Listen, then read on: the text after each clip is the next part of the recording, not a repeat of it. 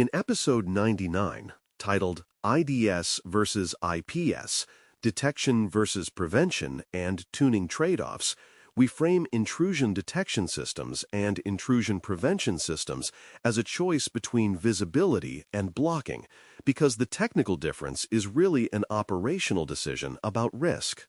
An intrusion detection system, spelled out as intrusion detection system on first mention, gives you signals without taking action that could interrupt traffic, while an intrusion prevention system, spelled out as intrusion prevention system on first mention, can actively block flows it believes are malicious. The exam tends to test whether you understand that both approaches can be correct depending on the environment, the criticality of the protected service, and the maturity of tuning and response processes. A strong answer usually shows you can balance security effectiveness against availability risk, rather than treating blocking as automatically better. When you think in trade-offs, you can explain why a control is chosen and how it will be operated safely over time. Before we continue, a quick note. This audio course is a companion to the CloudNetX books. The first book is about the exam and provides detailed information on how to pass it best. The second book is a Kindle-only ebook that contains 1,000 flashcards that can be used on your mobile device or Kindle. Check them both out at cyberauthor.me in the Bare Metal Study Guide series. An intrusion detection system is designed to detect suspicious traffic patterns, match signatures, and generate alerts without directly preventing the traffic from reaching its destination. This makes it valuable for visibility because you can deploy it in a way that observes traffic and produces telemetry while keeping the network path unchanged. Intrusion detection can be used to validate assumptions about what is happening on the wire, identify reconnaissance and scanning behavior, and detect exploit attempts that are not yet succeeding but indicate attacker interest. Because it does not block by default, an intrusion detection system is often easier to introduce in environments where availability is sensitive or where traffic patterns are complex and not fully understood.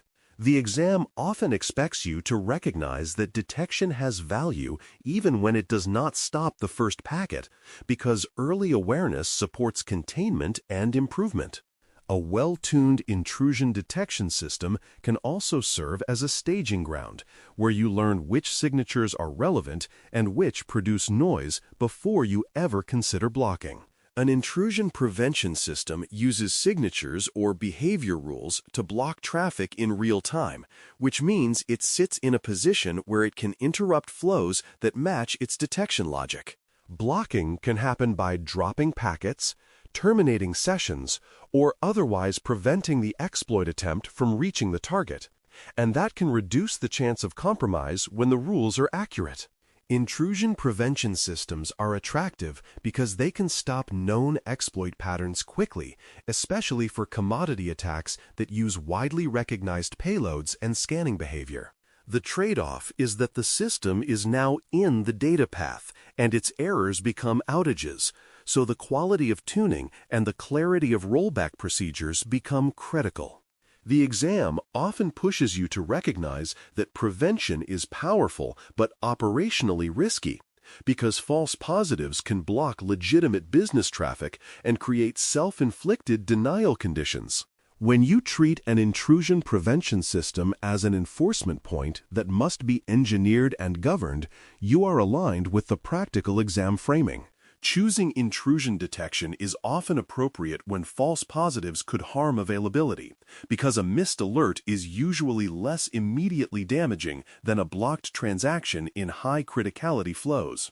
Environments with highly variable traffic, custom protocols, or complex integrations often produce detection signatures that trigger on legitimate behavior, especially early in deployment.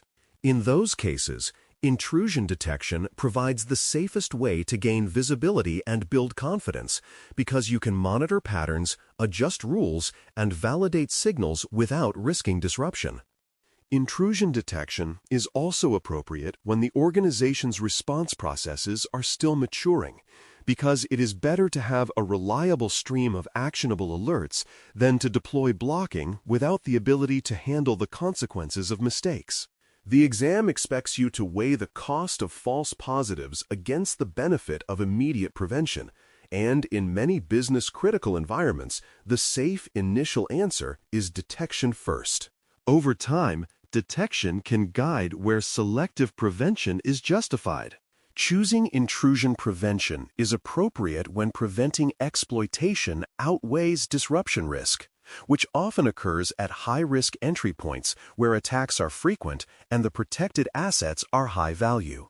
Public-facing services, remote access gateways, and known vulnerable legacy applications are common candidates because the likelihood of exploit attempts is higher and the consequences of a successful exploit can be severe. In these cases, blocking known malicious patterns can reduce attack success rates significantly, especially when the signatures are well understood and the traffic profile is stable enough to tune effectively. The exam tends to reward this reasoning when you pair it with operational safeguards, such as phased rollout, careful testing, and clear rollback, because that shows you understand the enforcement risk. Intrusion prevention is also more defensible when you have good baselines and mature monitoring, because you can detect when the system is blocking incorrectly and respond quickly. The key is that prevention is not a default. It is a deliberate choice for specific locations and threat profiles. Tuning is the central operational requirement for both systems because without tuning, intrusion detection becomes noise and intrusion prevention becomes danger. Baseline traffic knowledge is what tells you what is normal for a given segment, service, and time window, which helps you distinguish attack patterns from legitimate bursts or unusual but expected behavior.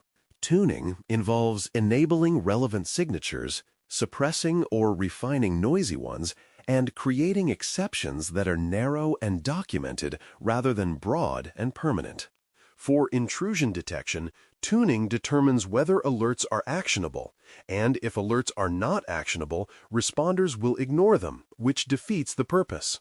For intrusion prevention, tuning determines whether blocking is safe because a single overly broad rule can disrupt critical flows at scale. The exam often frames tuning as the bridge between theoretical capability and practical usefulness, because the control's value depends on how well it matches your environment's behavior. Inline placement is a major consideration for intrusion prevention because being in the path introduces risk, including latency, availability dependency, and potential throughput bottlenecks. Latency matters because every inline device adds processing time, and deep inspection can add measurable delay, especially under high-throughput conditions. Availability matters because an inline device can become a single point of failure if bypass mechanisms and high-availability designs are not implemented correctly. Throughput matters because if the intrusion prevention system cannot handle peak traffic, it may drop packets or become unstable, which can mimic an attack and trigger broader incidents. The exam often expects you to describe these considerations in practical terms, emphasizing that inline enforcement requires capacity planning, redundancy, and careful placement at choke points where the traffic is meaningful and manageable.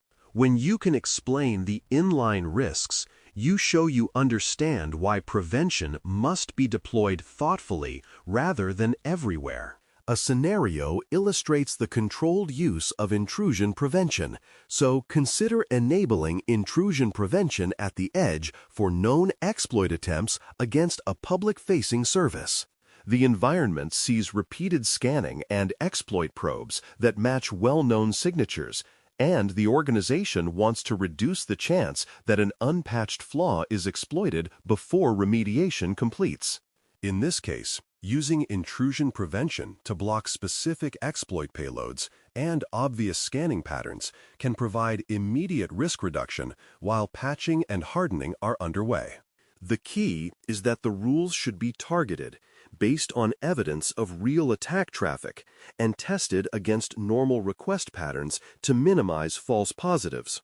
Monitoring should be configured to show what is being blocked, how often, and whether any legitimate traffic is impacted, because you need feedback to tune quickly. This scenario aligns with exam expectations because it shows prevention used surgically, where threat likelihood is high and where the impact of a successful exploit would be severe. Turning on block mode without testing and rollback is a common pitfall because it treats intrusion prevention as a switch rather than as a controlled change with operational consequences. Without testing, you do not know which signatures will fire on legitimate traffic, and the first discovery may be a business outage rather than a controlled observation. Without rollback, responders may be stuck deciding between ongoing disruption and ongoing exposure, which is exactly the kind of crisis choice that good engineering prevents. The exam framing often expects you to recognize that enforcement controls require change management discipline, including staged rollout, validation checks, and immediate reversal capability if a false positive appears. A rollback plan can include reverting to detection-only mode, disabling specific signatures, or bypassing the device safely while preserving monitoring. When you treat block mode activation as a high-risk change, you reduce the chance that security controls become the cause of an incident. Ignoring alerts because tuning never happened is another pitfall, and it is one of the most common ways intrusion detection programs fail. When alerts are noisy and not tied to realistic threats, responders learn that most signals are false positives, and they begin to dismiss alerts even when something real occurs. This creates a dangerous gap where the organization believes it has detection coverage, but the human system has adapted to ignore it, making the control ineffective. The exam expects you to recognize that alert fatigue is an operational failure, not a user failure, and it is solved by improving signal quality, not by telling responders to try harder. Tuning, suppression, and prioritization based on threat relevance are the disciplines that keep detection usable. When detection is trusted, it becomes a foundation for selective prevention decisions later. A quick-win approach is to start in detection mode, tune based on real traffic patterns, and then selectively block the highest confidence exploit patterns in the highest risk locations. Detection-first deployment allows you to learn what normal looks like and to identify which signatures correlate with actual malicious behavior in your environment. Selective blocking means choosing specific signatures or behaviors that have low false positive risk and high security value, rather than enabling broad block policies that are difficult to validate. This phased approach also supports organizational maturity because it builds trust in the control over time, and trust matters because responders must act on the signals and accept the enforcement decisions. The exam tends to reward phased rollouts because they show you understand both technical capability and operational reality, including the need for feedback loops and rollback. When you describe the approach as detect, tune, and then prevent carefully, you are describing a practical deployment strategy that balances security and availability. A memory anchor that fits this topic is detect first, tune, then prevent carefully, because it captures the progression from visibility to enforcement in a way that reduces risk. Detect first means deploy intrusion detection to observe traffic and learn what alerts are meaningful without disrupting service. Tune means adjust signatures, thresholds, and exceptions so the signal-to-noise ratio becomes high enough that alerts are actionable and trusted. Prevent carefully means apply intrusion prevention selectively in places where the threat profile is high, the traffic is predictable enough to validate, and the organization has the operational capacity to manage enforcement safely.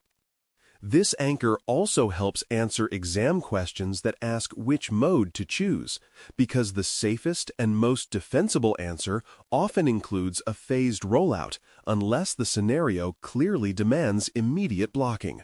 When you can explain the anchor, you show you understand the control lifecycle rather than only the definitions. A prompt-style decision exercise is choosing intrusion detection or intrusion prevention for a given environment, because the correct choice depends on tolerance for disruption and the likelihood of exploitation.